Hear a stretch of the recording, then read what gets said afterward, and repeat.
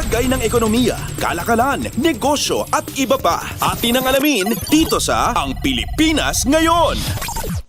Magandang araw. Narito na po ang Balitang Business.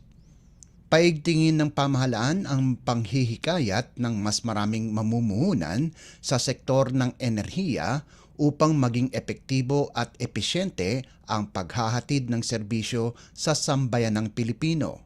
Ito'y makaraang lumagda ng kasunduan ang Energy Regulatory Commission o ERC, gayon din ang Board of Investments o BOI sa pamamagitan ng isang Memorandum of Agreement o MOA. Ayon kay ERC Chairperson, Attorney Monalisa Di Malanta, malaki ang maiaambag ng naturang kasunduan para sa pagkakaroon ng isang positibong business climate sa bansa.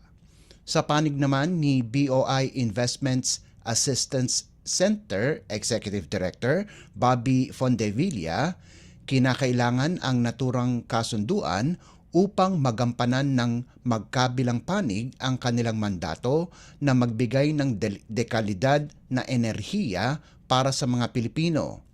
Nakaangkla anya ito sa panuntunan ng pamahalaan na pagandahin ang klima ng pagnenegosyo sa pamamagitan ng mabilis na pakikipagtransaksyon at nagkakaisang hakbang ng pamahalaan para matugunan ang mga kinakaharap na hamon.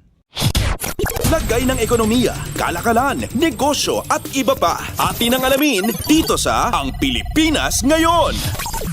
Naglabas ng babala ang Bangko Sentral ng Pilipinas o BSP sa publiko kaugnay ng mga text messages na nagpapakilalang mula sa mga bangko at electronic wallet. Ayon sa BSP, masyado nang nakakabahala ang mga text messages na nagpapakilalang mula sa mga umano'y agent ng mga bank institution at e-wallet. Kabilang sa mga natanggap ng BSP na mga reklamo ay may kaugnayan sa mga money laundering kung saan mayroong pipindutin na website at ipapadala ang mga password. Marami na umanong mga nabiktima na ganitong modus kung kaya't pinag-iingat ang publiko. Payo nila sa mga ganitong makakatanggap ng text messages, i-report agad sa National Telecommunications Commission o NTC at i-block ang numero. Lagay ng ekonomiya, kalakalan, negosyo at iba pa. Atin ang alamin dito sa Ang Pilipinas Ngayon. Kinumpirma ng Department of Trade and Industry o DTI na guilty sa paglabag sa vape law ang Flava Corporation at isang Lilac Season Tayaban na nag-ooperate sa ilalim ng business name na Lilac's Vape Shop.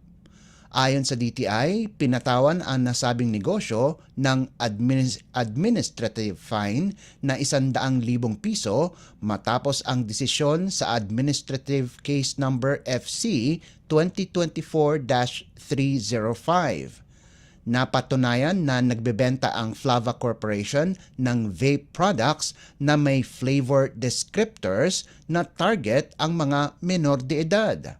Batay sa Section 12 ng Vape Law, ipinagbabawal ang pagbebenta ng vape products na tumatarget sa mga minor de edad gamit ang mga mapang-akit na flavor descriptors sa mga ito.